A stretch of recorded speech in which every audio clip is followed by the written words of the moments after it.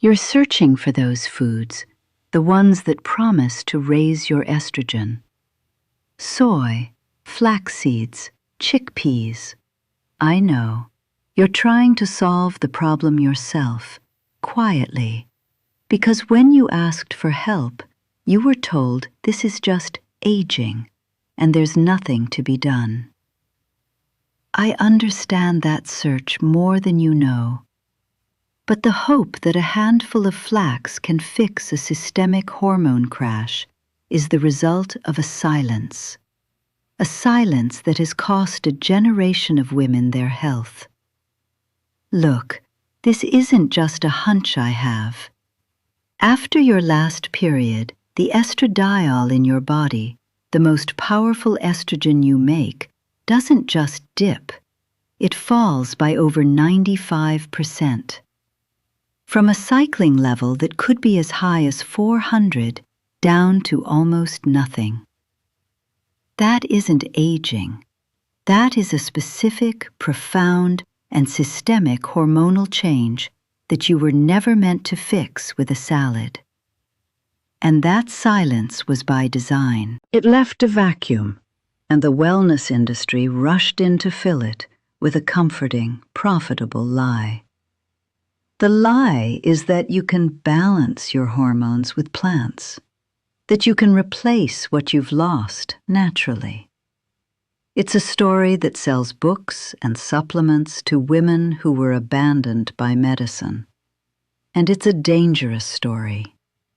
In 30 years of practice, I have seen this exact pattern thousands of times.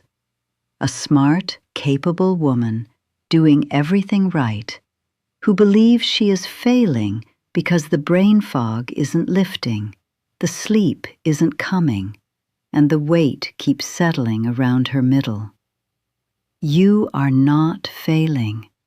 You were never told the truth about what was happening to you. What I am about to explain is the physiological difference between a plant and a hormone. And once you understand it, you will never see your body or that search for natural estrogen the same way again. This didn't happen overnight. There was a time before 2002 when we were actually getting somewhere. We understood estrogen. We replaced it. And then one study came out, the WHI study, and the world went mad. A wave of fear washed over medicine, and doctors got scared. They stopped. They just stopped prescribing, almost universally. And an entire generation of women, probably your older sisters, maybe even you, were left standing in the desert. Your mother's generation, they lived this in the dark, without even a language for what they were feeling. But your generation, you were promised help, and then suddenly the door was slammed shut. You were abandoned. And that vacuum of fear and silence is where this whole story about fixing it with food truly began. After that panic, you would think the system would correct itself, that training would adapt to the new reality. It didn't. To this day, and I want you to really hear this, a staggering 80% of OB/GYNs and residents report receiving no formal training in menopause medicine. Think about that. The single most predictable, universal event in the second half of a woman's life, and the vast majority of specialists are taught almost nothing about how to manage it. So when you walk into that office, the doctor sitting across from you is often just as lost as you are. They are good people.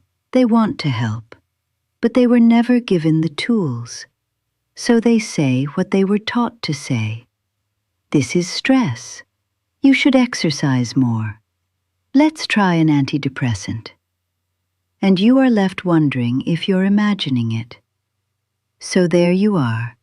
Your body is sending out signals, louder and louder every year. The night sweats, the anxiety that feels like a low hum under your skin, the words that just disappear mid-sentence. You know something is fundamentally different. This isn't just a bad week, it's a different physiological reality. And you go to the person you're supposed to trust, your doctor, and you are handed a brochure on diet and exercise. Your friends are all saying they're fine, hiding their own symptoms. Your own mother never spoke a word about it. That inherited silence, combined with a medical system that had no answers, created the perfect storm. It created a desperate, intelligent woman who would go home and Google how to raise estrogen with food because she had been left completely and utterly alone. Let's be very clear about who the players are in this story, because this was not an accident.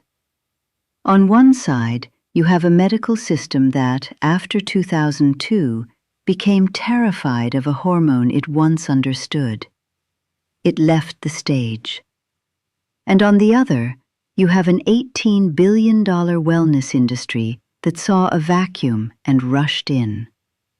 It saw a generation of intelligent, suffering women, and it sold them a story. A beautiful story about gardens and nature and foods that would gently restore what was lost. A story that was much more comforting than the clinical silence they were getting from their doctors. It wasn't a conspiracy, it was a perfect, tragic alignment of interests. A fearful medical culture that had no new answers, and a market that had very, very profitable ones. And caught in the middle of it all was you. And here's the part of the story they never tell you. The part that explains why their solution was never a solution at all. It's about potency. Let me explain what is actually happening in your body. The estrogen you made, estradiol, is a powerful signaling hormone. It's designed to dock with receptors all over your body and turn on critical systems. Bone density, brain chemistry, vascular health, over 400 different functions. A phytoestrogen, the compound in flax or soy, is, well, it's like a key that almost fits the lock. It can slide in, but it's thousands of times too weak to actually turn the mechanism. At best, the strongest phytoestrogens have only 1/1000th the power of your own estradiol. So how could a handful of seeds ever be expected to do the work that a primary hormone once did? It can't. It never could. And then there's cortisol. Look, nobody explained that estrogen is what keeps your stress system in check. It calms the HPA axis, the brain to adrenal gland connection. When the estrogen goes away, that system, it just runs wild. Cortisol starts pumping out in response to everyday things. A traffic jam, a missed email. Your body is in a constant low-grade state of fight or flight. And what does cortisol do? It signals for fat to be stored deep in your abdomen around your organs. That visceral fat, that menobelly you're fighting so hard against, that isn't a failure of diet or willpower. That is a direct physiological consequence of a hormonal shift. And the whole time you've been blaming yourself. But it's not just about the fat. There is another hormone that disappears, one that is critical for your drive, your mood, and your sense of self. And we almost never talk about it in women. I remember standing at my kitchen sink one morning. I was 52. The sun was coming in, and I couldn't remember the word for a spatula. A simple word I had used 10,000 times, and for a full 30 seconds, a cold, quiet panic washed over me. I thought, is this it? Is this the beginning of the end? I was a doctor who should have known, and in that moment I was just a terrified woman. That is not a memory problem. It's a neurochemical one. Your brain is covered in estrogen receptors.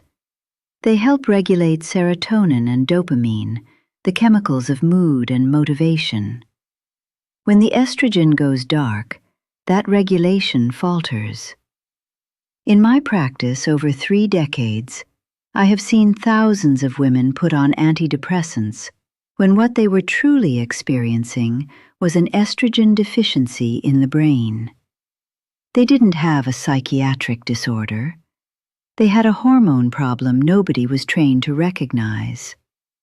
And that invisible change in your mind is happening physically too, in a way most women are never, ever warned about. And this leads us to the part of the body we are taught never to discuss. The part where the silence is the most profound. Let's talk about your pelvic floor.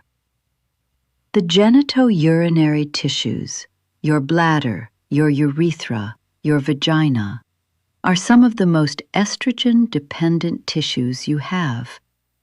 Without it, they don't just get dry, they begin to atrophy. They lose collagen, blood flow, and elasticity. It's why you might be getting recurrent UTIs for the first time in your life. It's why sex might have become painful. Up to 20% of your bone density can be lost in the first 7 years after your last period. That same quiet structural decay is happening to your pelvic tissues. That is not aging. That is a specific treatable condition called genitourinary syndrome of menopause. But because we don't talk about it, you suffer in silence, thinking it's a personal failing. All these threads, the cortisol, the brain fog, the physical changes, they all lead back to one place. A single turning point in your body's timeline that explains everything. So let's talk about why eat less, exercise more suddenly stopped working. It feels like a betrayal, doesn't it? As if your body changed the rules overnight. It did. Here's why. In the first 3 years after your final period, your sensitivity to insulin can decrease by as much as 30%. That's not a small number. It means the same meal you ate at 45 now causes a much bigger blood sugar spike and a much stronger signal to store fat. It's not your imagination. You're not getting lazy. The very metabolic machinery that managed your weight for decades has been fundamentally altered by the loss of estrogen. You are running a different operating system now, and nobody handed you the manual. You were just told to try harder, when harder was never going to be the answer. And that metabolic shift is made 1,000 times worse by what is happening at night. Estrogen is critical for regulating your core body temperature. When it's gone, your internal thermostat breaks. That's what a hot flash is, a sudden, chaotic signal from your brain. These surges at night fragment your sleep, pulling you out of the deep, restorative stages. You might think you slept for 6 hours, but you haven't had a minute of true, deep sleep. This isn't just about feeling tired. That lack of restorative sleep directly increases your cortisol levels the next day, which further worsens your insulin resistance.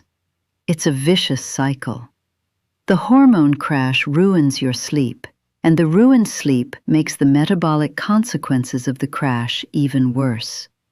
And the whole time, you're just wondering why you feel so exhausted and anxious. I had a patient last month, I'll call her Susan. who came in and just fell apart in the chair. She said, and I'll never forget her words, "I feel like there is a motor running inside my chest all day long. I am doing spin class 4 times a week, I'm eating salads, and I have gained 12 pounds in a year. I think I am going crazy." I looked at her and I explained that without estrogen to calm her nervous system, her cortisol was on a hair trigger. It was driving the anxiety, the motor, and it was telling her body to hoard fat around her middle for a famine that wasn't coming. I explained that her heroic efforts at the gym were likely just raising her cortisol even more. And I saw her face change. The terror just eased. She whispered, "So you're telling me this isn't my fault?" And in that moment, she finally understood. So let me be perfectly clear about what is actually happening to your body. This is not about willpower. In the menopausal transition, even without a change in your total body weight, the amount of dangerous visceral fat, the fat deep inside your abdomen, can increase by over 10%. That fat isn't passive, it's an active endocrine organ, pumping out inflammatory signals that increase your risk for heart disease and diabetes. So while you are beating yourself up over the number on the scale, your body is executing a pre-programmed estrogen deficiency protocol. It's shifting fat from your hips and thighs to your midsection. This is a direct, measurable, physiological event. It's a survival response that has become a liability, and it is happening to millions of women who all think they are the only one. And this is the turning point. The moment where all the advice you've ever been given becomes obsolete. The diet books, the exercise plans, the wellness gurus, they are all speaking to the body you used to have. They are not speaking to a body that has lost its primary metabolic and anti-inflammatory regulator. Trying to manage this new reality with the old rules is like trying to put out a forest fire with a watering can. It's a strategy doomed to fail. And that failure isn't just about the frustration of your genes not fitting. This metabolic chaos is the quiet beginning of a much more serious countdown, one that involves your bones, your heart, and your brain. What happens next is not a mystery. It's a timeline. This is the moment the floor gives way. It's not a loud crash, but a quiet, sickening realization. You're drinking the soy milk. You're dutifully adding 2 tablespoons of flax to your morning smoothie. You're avoiding sugar. You're walking 5 miles a day. And you wake up at 3 a.m., drenched in sweat, your heart pounding for no reason. Your joints ache in a way they never have before. You look in the mirror, and the person staring back feels like a distant relative. This is the point where the wellness promise shatters against the wall of your own biology.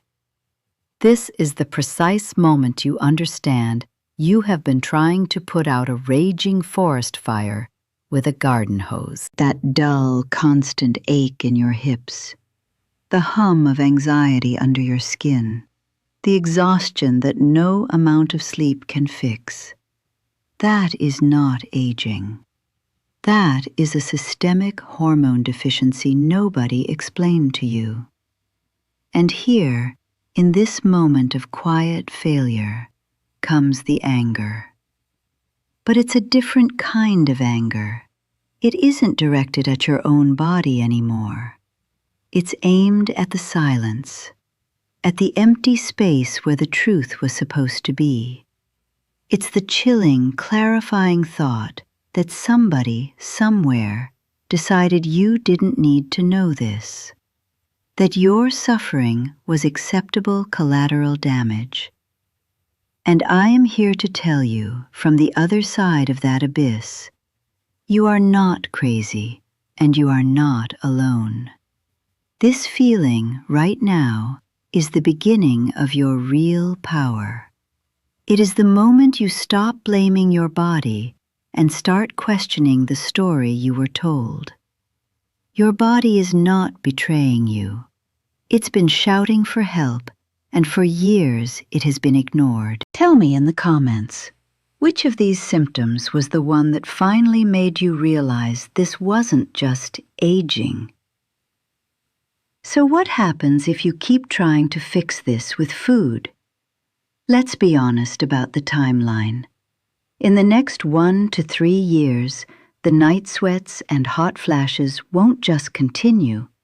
For many women, they intensify. The sleep deprivation isn't temporary. It accumulates, eroding your focus, your memory, and your mood day by day. That fog and irritability begin to strain your relationships, your work, and your sense of self. And the most dangerous part? Every month that passes with these unresolved symptoms, the voice in your head gets a little louder, a little more convinced that something must be wrong with you, that you are the one failing.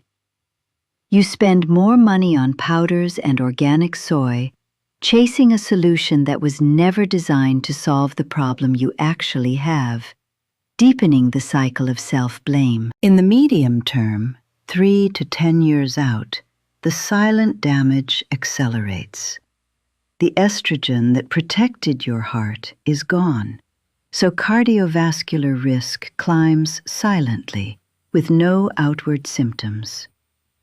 The genitourinary syndrome of menopause, the dryness, the UTIs, the painful intimacy, doesn't get better on its own.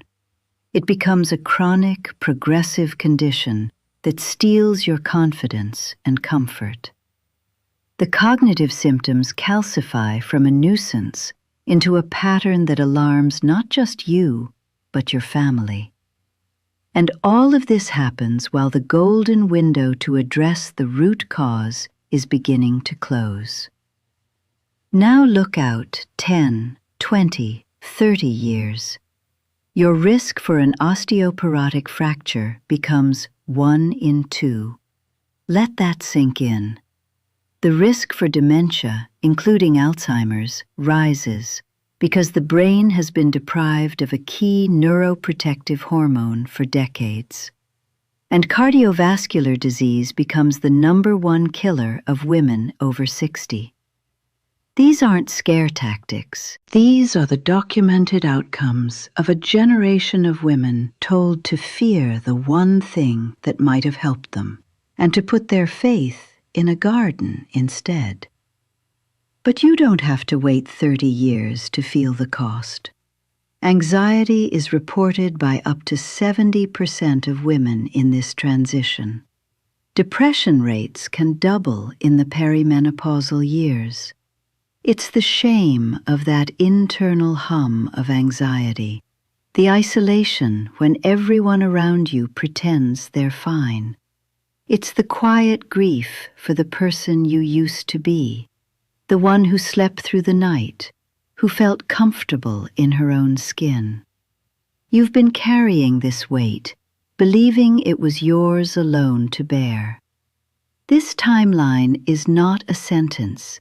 It's a map of what happens when the silence wins. It's a preventable tragedy, and I've seen women step off this path at every single stage. But it begins with seeing the path for what it is. Share your story below. Which consequence are you living right now? The one nobody ever warned you about. This is not personal failure.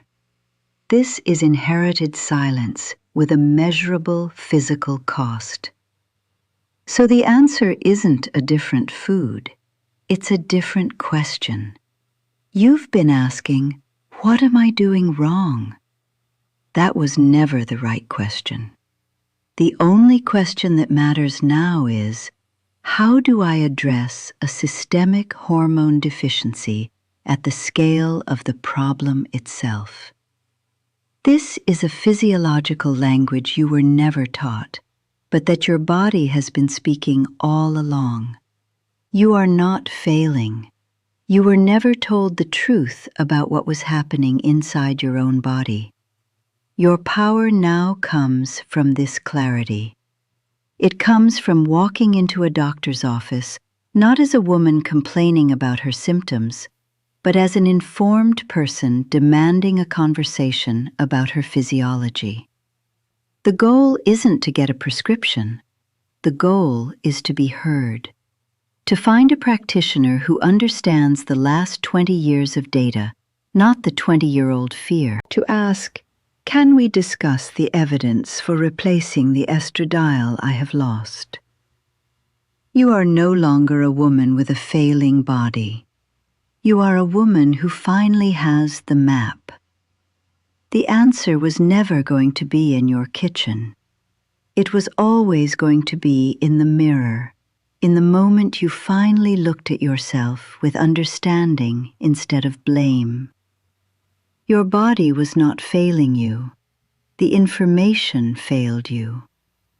The silence ends in this room. Tell me in the comments, what was the one thing you needed to hear today? What finally made your own experience make sense? I'll leave you with one final question. How many more years are you willing to let the echo of a disproven fear dictate the future of your health? In the next video, I'll give you the 3 non-negotiable questions you must ask any doctor to find out, in less than 5 minutes, if they're qualified to manage your menopause. Because the only thing more dangerous than not having the map is handing it to someone who cannot read it. Take care of yourself. I will see you in the next one.